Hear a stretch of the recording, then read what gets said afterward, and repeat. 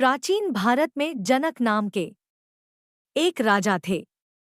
एक दिन भरपेट खाना खाने के बाद राजा जनक सो गए और उन्होंने सपना देखा कि वे युद्ध हार गए हैं, अपना राज्य खो चुके हैं और अपनी जान बचाने के लिए जंगल में भाग गए हैं।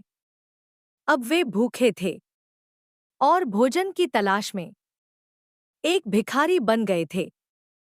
भूख और प्यास से व्याकुल होकर वह एक झोपड़ी के पास पहुंचा, जहां एक वृद्ध महिला ने उसे चावल और दाल दी और कहा कि वह अपना भोजन स्वयं पका ले।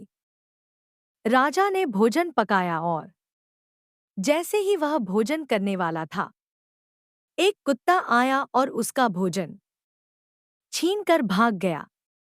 राजा अचानक पसीने से लथपथ हो उठा। जागने पर वह अपने शांत महल में था। उसका पेट भरा हुआ था और नौकर उसे पंखा झल रहे थे। तब उसके सामने सवाल आया कि क्या सच में ऐसा है? क्या वह एक भिखारी था, जैसा कि बुरे सपने में दिखाया गया था, या वह एक राजा था? इस प्रश्न के साथ राजा जनक ने अपने सभी सलाहकारों को इकट्ठा किया। सभी ने स्पष्टीकरण देने का प्रयास किया, लेकिन जनक किसी भी उत्तर से संतुष्ट नहीं हुए। तभी एक कुटिल बालक अष्टावक्र दरबार में आया और उसने सभी को यह उत्तर देकर आश्चर्यचकित कर दिया। राजा जनक, न तो भिखारी वास्तविक है और न ही सम्राट, केवल आप ही वास्तविक हैं। आप स्वयं सत्य हैं।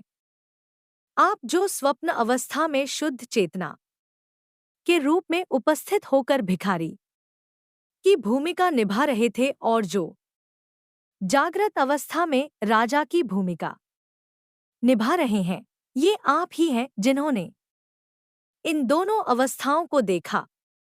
वही आपकी सच्ची वास्तविकता है। दिन के समय जीवन एक दिवास्वप्न है, रात के समय यह एक रात्रि स्वप्न है। वे दोनों भ्रम हैं। वे दोषों और खामियों से भरे हुए हैं, क्योंकि वे लगातार एक चीज से दूसरी चीज में बदलते रहते हैं। इसलिए वे वास्तविक नहीं हो सकते। केवल आप जो इन सभी अवस्थाओं में अपरिवर्तित रहते हैं, सभी परिवर्तन और भ्रम से मुक्त है। गीता में भी इस बात पर जोर दिया गया है, जहां कृष्ण ने इस महत्वपूर्ण सत्य को बताया कि दुनिया लगातार बदल रही है और आत्मा ही वास्तविक और हमेशा अपरिवर्तित है। बुद्ध ने अनित्यता की अवधारणा के साथ इस पर जोर दिया। हमारा वर्तमान अस्तित्व एक वास्तविकता पर आधारित है, जो 5 इंद्रियों यानी गंध, दृष्टि, स्वाद, ध्वनि और स्पर्श से प्राप्त होती है। जब तक हम सचेत हैं, तब तक हमारी इंद्रियों द्वारा बनाया गया वातावरण वास्तविक माना जाता है।